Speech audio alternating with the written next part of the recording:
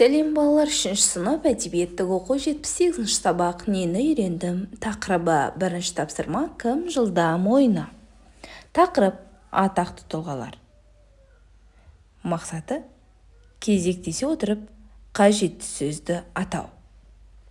Берілетін уақыт 1 минут. Қазақтың бұлбұлы Күләш Байсейітова.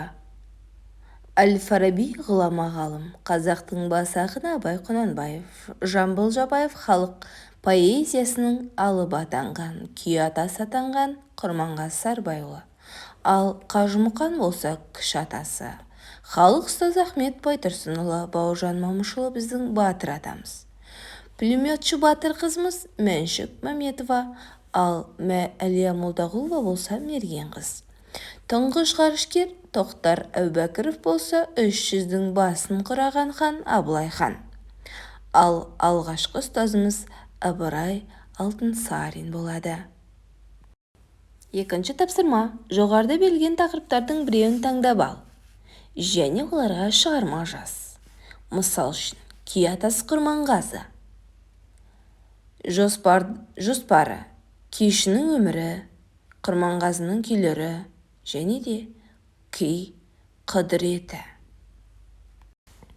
Күй атасы Құрманғазы. Құрманғазы Сағырбайұлы 1823 жылы Батыс Қазақстан облысы Бөкей Ордасы ауданында дүниеге келді. Құрманғазының ата-анасы өнерге қарай алмаған, шаруа адамы болғанымен, аталары домбыраға тіл бітірген қызыл тілді адамдар болған. Құрманғазы Сағырбайұлы түрмеден қашқан, адай ертең кетем, және де бос қаңғыр терезеден есіктен, бос шолақ арба соққан ама бол, шешем аман бол, қайран шешем сияқты күйлері халық жүрегінен орын тапқан күйлерден.